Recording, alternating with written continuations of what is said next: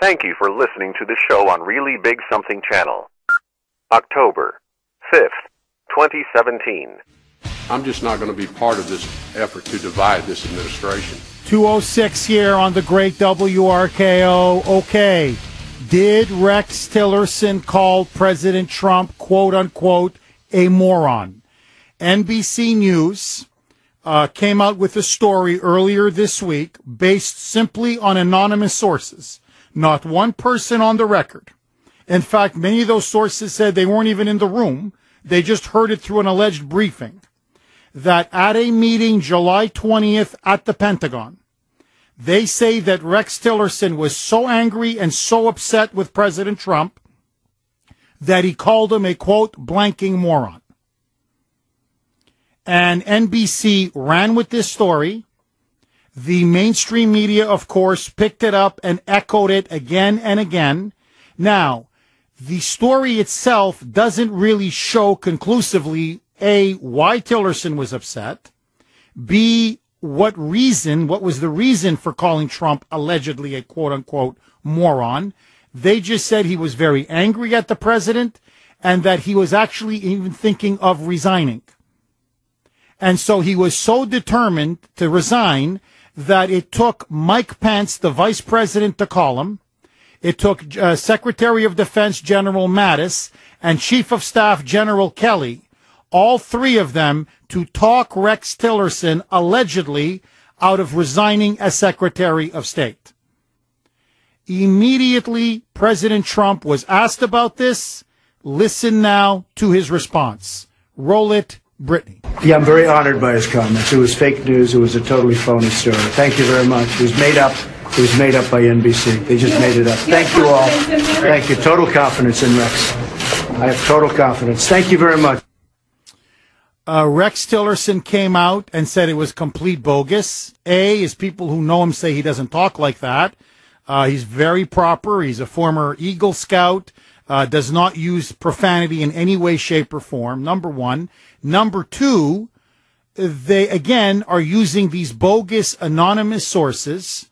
Nobody's willing to go on the record. And it's obvious that the goal here was to try to humiliate Trump, but also to drive a wedge between the Secretary of State and the President. And Rex Tillerson held a press conference and said everything about that report was bogus. Roll it, Brittany. To address a few specifics that have been erroneously reported this morning. The Vice President has never had to persuade me to remain as Secretary of State because I have never considered leaving this post. There's never been a consideration in my mind to leave. I serve at the appointment of the President, and I'm here for as long as the President feels I can be useful to achieving his objectives. My commitment to the success of our President and our country is as strong as it was the day I accepted his offer to serve as Secretary of State. Mike Pence said he never had a conversation with Rex Tillerson, T-Rex, about him calling the president a moron or him wanting to resign and having to talk him out of it. General Mattis said the story's bogus. Kelly said the story is bogus. Listen now to Rex Tillerson say the goal of this is to simply divide our administration and put the president against key members of his cabinet. Roll it, Brittany. I'm not going to deal with petty stuff like that. I mean, this is what I don't understand about Washington. Again, I'm not from this place, but the places I come from, we don't deal with that kind of petty nonsense. Let me say it straight out. That NBC story was 1,000% BS. That was more fake news.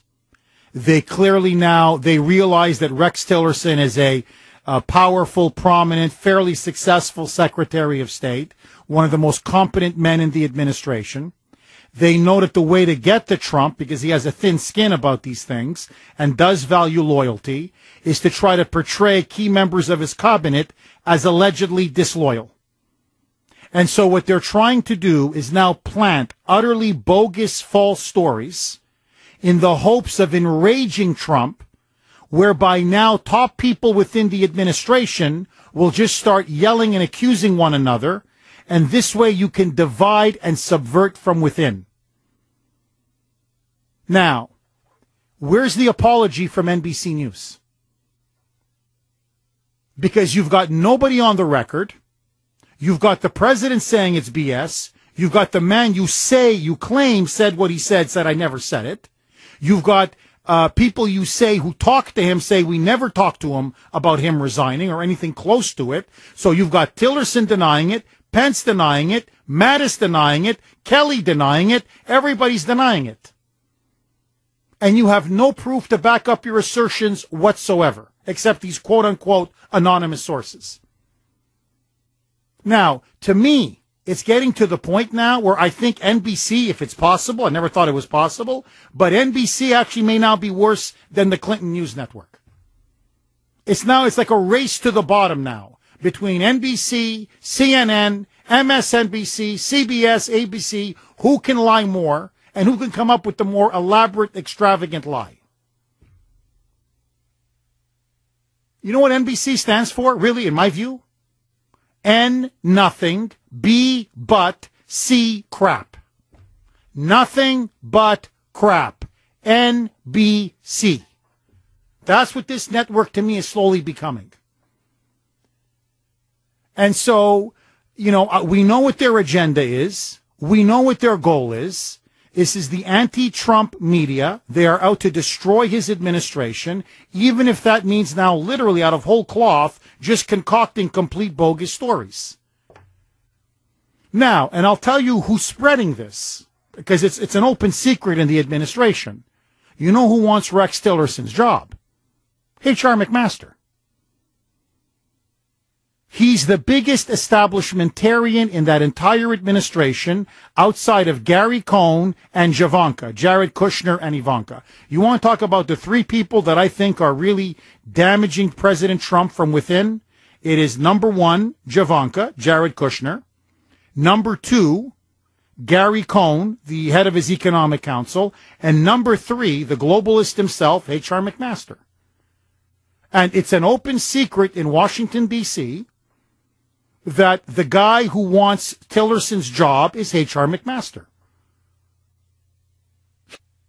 He's a ruthless climber. He wants that top Secretary of State job. He's the guy that really wants to have Trump's ear on foreign policy. And so what he's doing is he's engaging in a malicious, nasty whispering campaign against Tillerson and other people in the administration he didn't like. For example, like Steve Bannon. I'll tell you right now, in D.C., the guy that kept leaking against Bannon was H.R. McMaster. Take that to the bank. So what Trump has are fifth columnists inside his administration who are trying to subvert his agenda, subvert his presidency, either for globalist establishmentarian purposes on behalf of the deep state or for their own personal ambition. But whatever it is, instead of just calling them fake news, and I think the president was right, I would have called out NBC even more. I would have said, no. Give me your sources. Give me your sources. You can't even characterize your sources. You can't even tell me the source was at the meeting, because if you can say the source was at the meeting, we could pretty much figure out who it was. So you have to say, well, a source may have been briefed. Well, that's hearsay. That's like, just as an example, okay? Boston Globe reports that Brittany refers to Jeff Kuhner at a meeting as a moron. Well, was there somebody in the room with Brittany? No. Did they overhear the conversation? No. So how do you know this? Well, apparently somebody told some guy in the office that she called Jeff Kuhner a moron at this meeting. Oh, that's hearsay. I mean, journalism 101 says you never run with something like this. So it is clear what the intention here is. It is to drive a wedge between the Secretary of State, Rex Tillerson, and President Trump.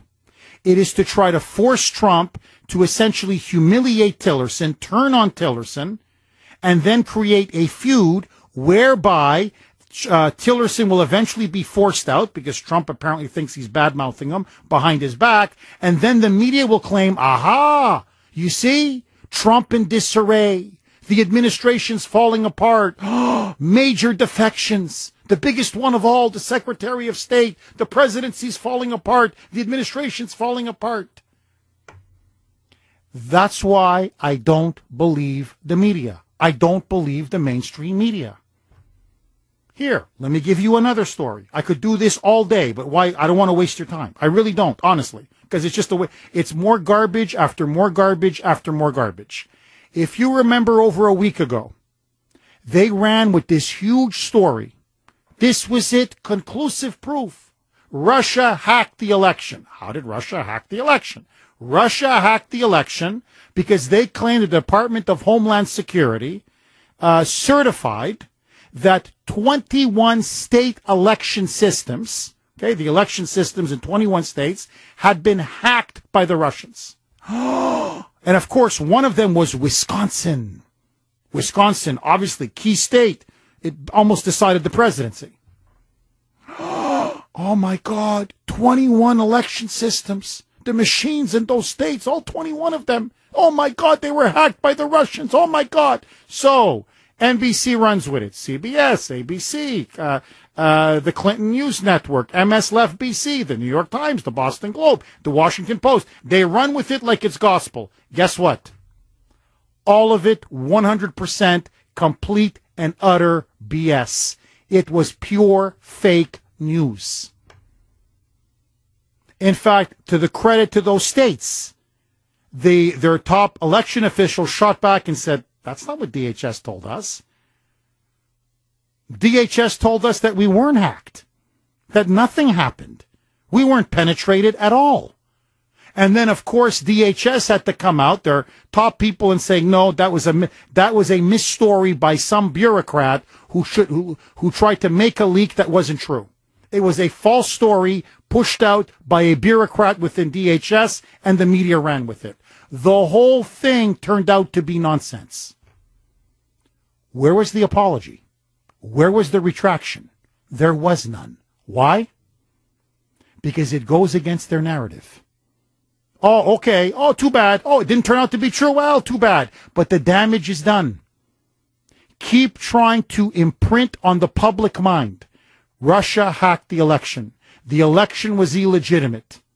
In fact, you literally had columnists at the New York Times so salivating over that story that they were saying, wouldn't it be delicious if Trump had to be forced out of office and Hillary sworn in as the president?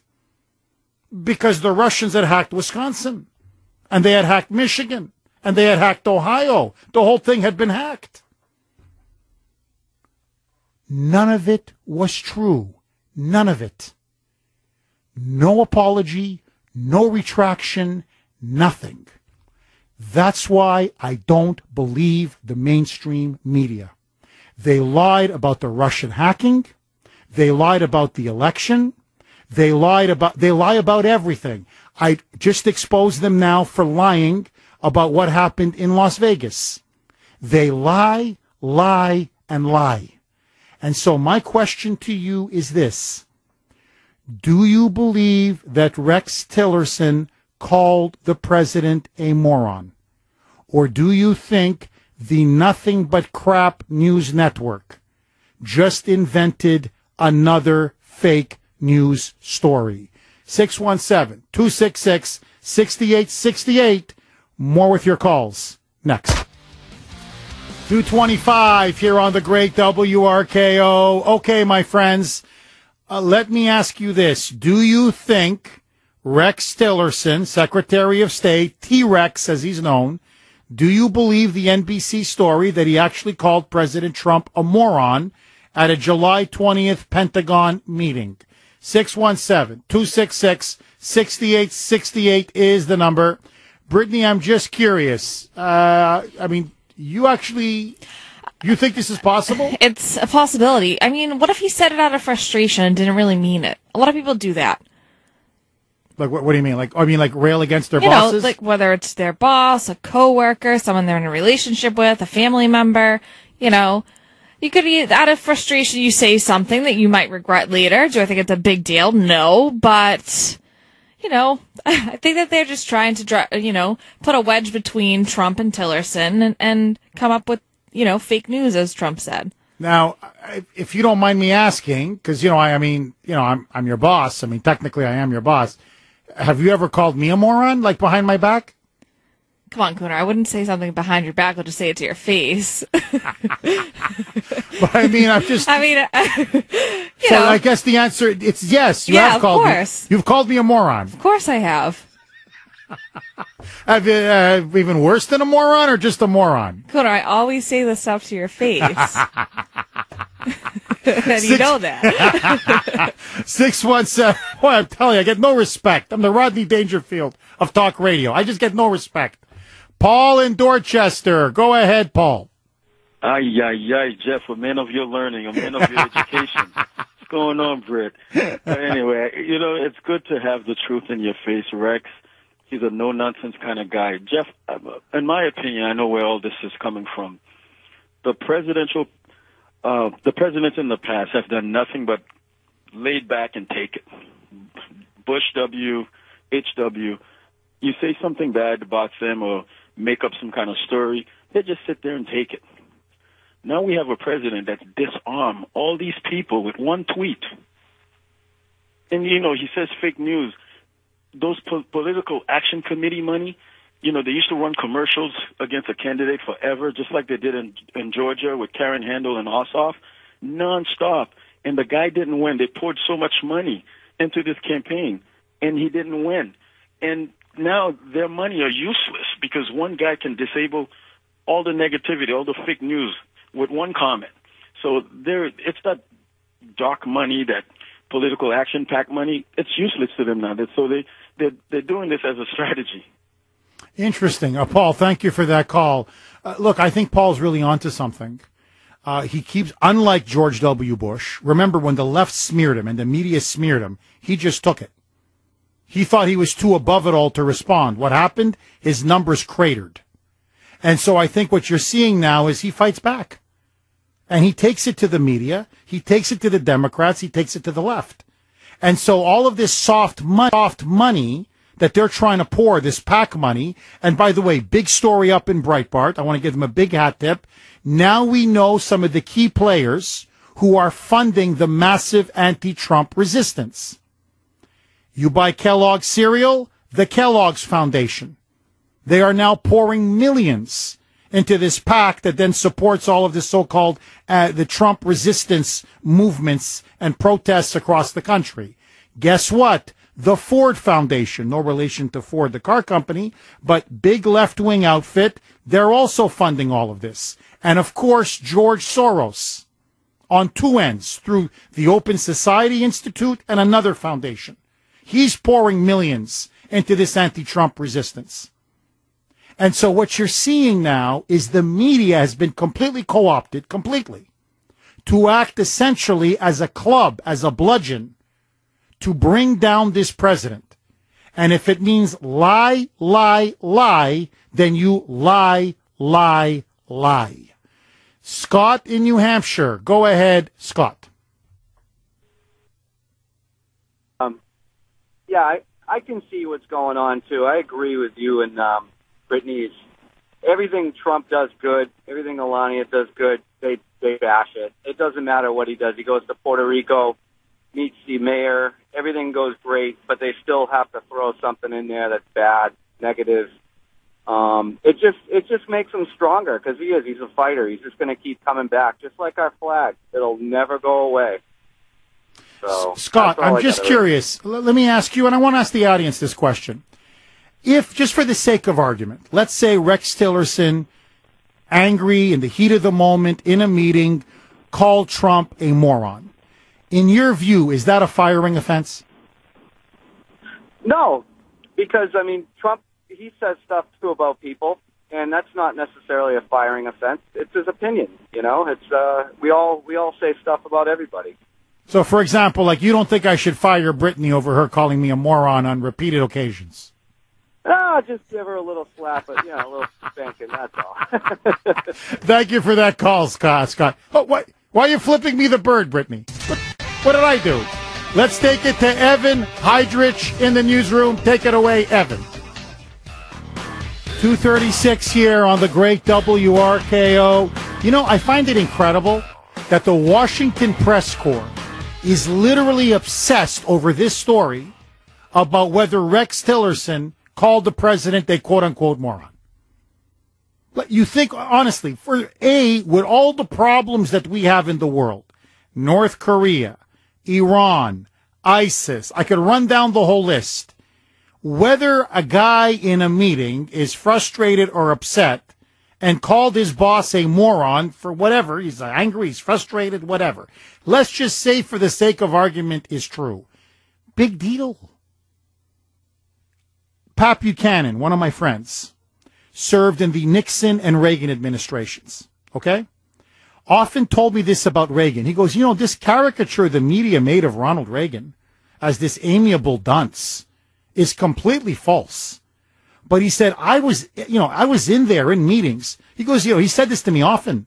Pat said, yes, Reagan was a great guy, a gentleman, and an American, but he was also Irish. He goes, he had an Irish temper. He goes, I saw him explode and just ream people out. It happens. I saw people who worked under him. They were frustrated with some of his policies or whatever, the lack of decision making or whatever. And they would call him names or you're under high stress, you erupt, you blow up. It's okay, you move on. The difference is now everything in the Trump administration is being blown up to massive crisis proportions. What, you think people in the Obama administration, you think Jean-Francois Kerry in private never called Obama a moron? I mean, just think about it. You don't think Hillary Clinton, I don't believe Tillerson did, but let's just say he did for the sake of argument. You don't think Hillary Clinton didn't refer to Obama as a moron and much worse in private? Oh, please. The only difference is it's not being splashed all over the front page. 617-266-6868. Let me just throw one more log on the fire, and then I want to dive into the phone calls. We'll mention this person's name. Walked in. They want me to do a quick skit after the show. I said yes, but let that go. He then said to me, did you hear the story about Boston and Fenway Park? I said, of course. I've been reporting on it all show. He goes, it really makes you wonder what the world is coming to. Because now Las Vegas, in a way, has really hit home.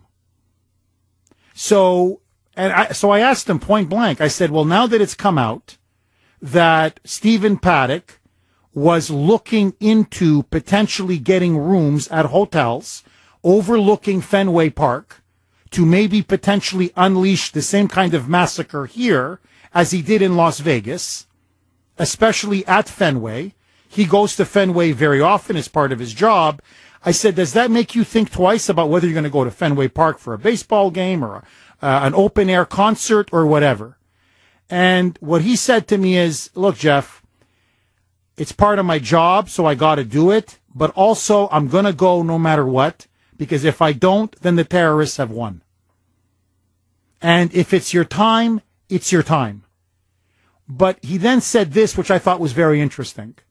He said, the thing, though, that's changed is that in the past, if somebody died from skydiving, I would say, well, you went skydiving, right? I mean, you jumped out of a plane, whatever, 30,000 feet in the air, whatever it is. Okay, thousands of feet in the air. So if you're jumping out of a plane, you're taking a big risk. It's getting to the point now that if you go to an open-air event or an open-air concert with terrorism, with these mass shootings, it's almost becoming like skydiving. Because I don't want to push this point too far, but it's almost like in the back of your mind, maybe you are putting your life on the line. And so my question to you is this. Now that we know he was scouting Fenway Park, and that this could very possibly have happened here, are you going to be more reluctant to go, say, to Fenway or outdoor concerts or outdoor events? And is this eventually going to change the way we live? Already in Las Vegas, hotels are now establishing metal detectors. They're going to start checking people's bags at the hotel. More security precautions are going to be taken. Is this eventually going to change the way we live? And you personally, are you more afraid or reluctant to go out in public or to go to big public events where you know there'll be a lot of people? 617-266-6868 is the number.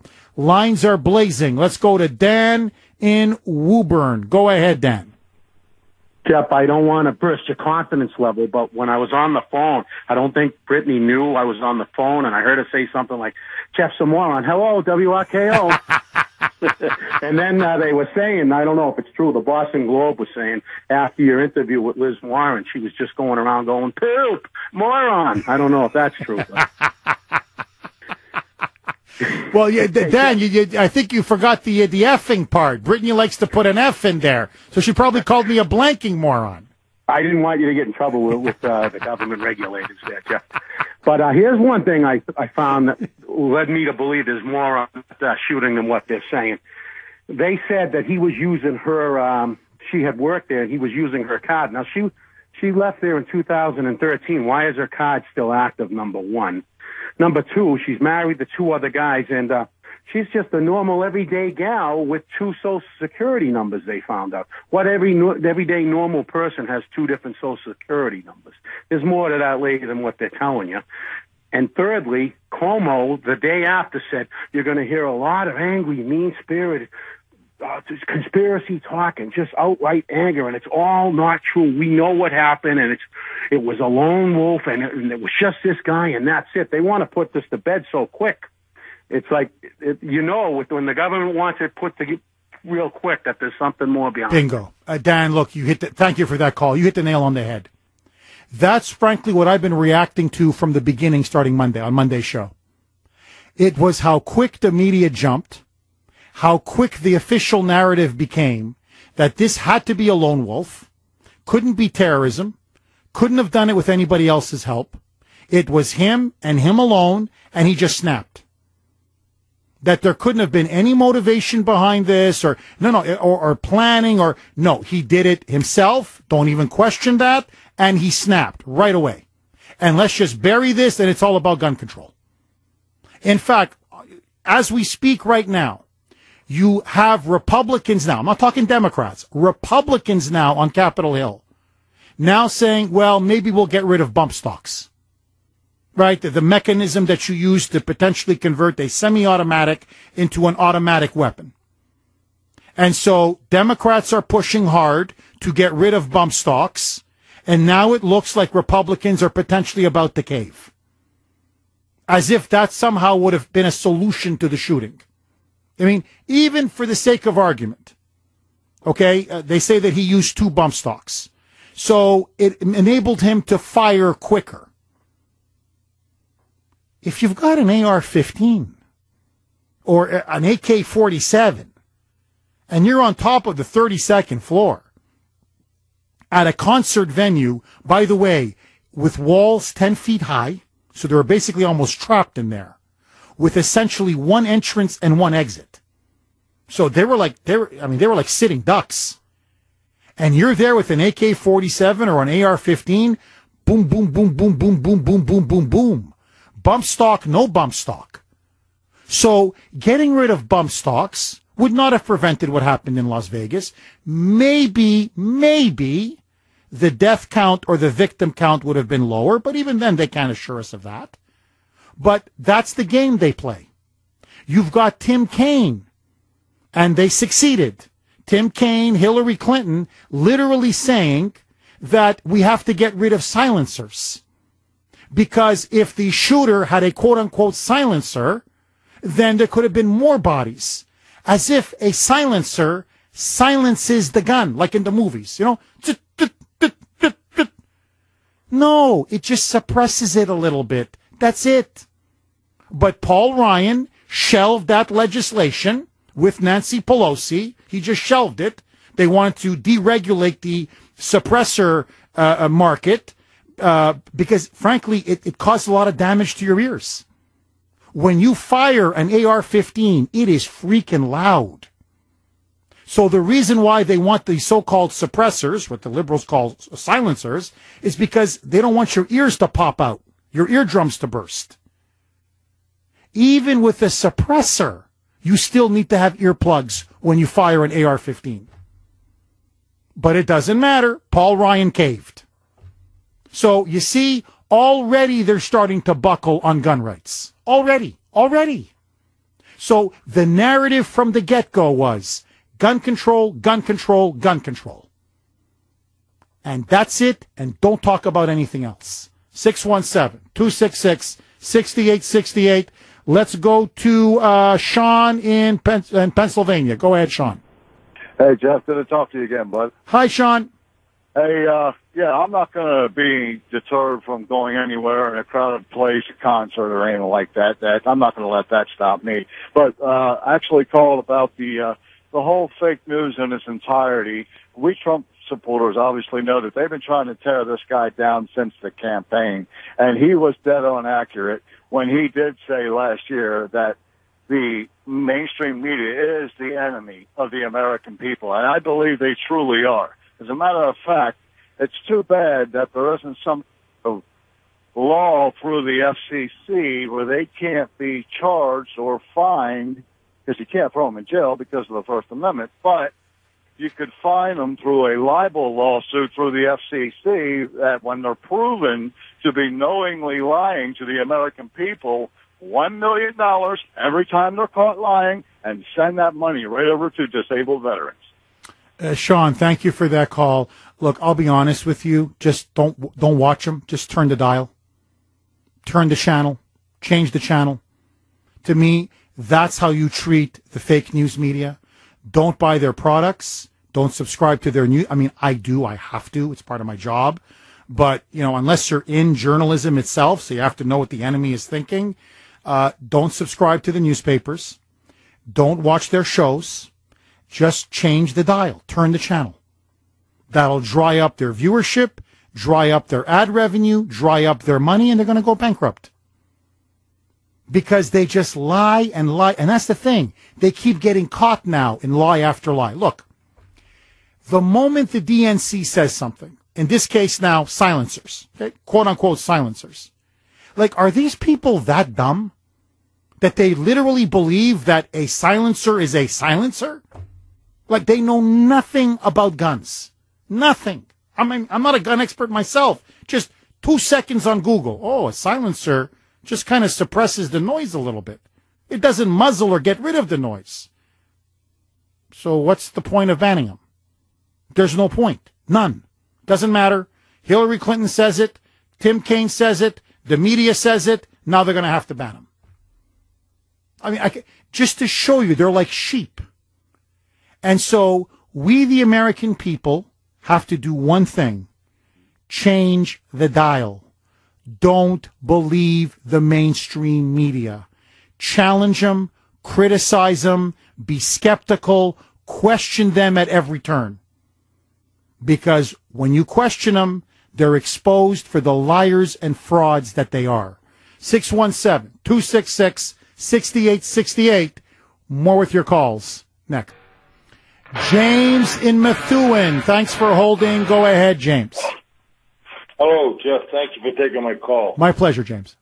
I watched a pretty interesting documentary last night. It's an ex-CIA guy. I'm not sure of his name, but he was definitely legit. And, he was talking about the deep state and the different layers. And, as you were just saying, if everybody changes the diet, I'm a Trump supporter. I have been since the beginning. And I think that that's a crap story about Tillerson. But, he's saying that they're too big to fail because there's so many people behind the scenes, that no matter what the U.S., what we do, they're not going to fail because there's so many dirt bags, and it's like an onion. I mean, I couldn't believe, how deep it goes, it's like, and I'm not No, I understand that. You're not, James, really, I understand that. You're not a conspiracy theorist. It's amazing. It's amazing. Well, James, thank you for that call. It goes back to Eisenhower. Remember Eisenhower. He warned us about, quote unquote, the military industrial complex. He worried the CIA was getting out of control. He worried the Pentagon. In other words, you have these vast, powerful interests that now have more power and more money. And it's like feeding a beast. And the beast then just becomes so powerful, they essentially become the shadow government, the government behind the government. And that's what we've been witnessing now. When you try to really drain the swamp, look how they fight tooth and nail. They're basically telling us, no, you Trump voters, you don't run the country, we run the country. Chuck in Danvers. Chuck, I've got a minute. The floor is yours. Go. Hey, Jeff, love your show. Thank you. I'll be real quick. It's just 2 points. They're playing the lone wolf narrative because it goes nicely with their desire to take away the Second Amendment. If they report the truth about terrorism, it's only going to inflame the citizenry to want more guns. I think you're dead on, Chuck. And it's not just that. Notice they're focusing on white male terrorism, the rage of white men who can just randomly snap. So the narrative they're trying to paint is, if you see a white male with a gun, they could snap at any moment. Well, like Stephen Paddock, they could lose it at any moment. So don't trust any white man with a gun. And by doing that picture, what they're trying to essentially indoctrinate society with is take their guns away, because everybody's a potential Stephen Paddock. We're on to them. Don't worry about it, my friends. I gotta go. Bye-bye. The voice of Boston is you. 680 WRKO Boston, 93.7 WEEI HD2 Lawrence, Boston. It's 3 o'clock.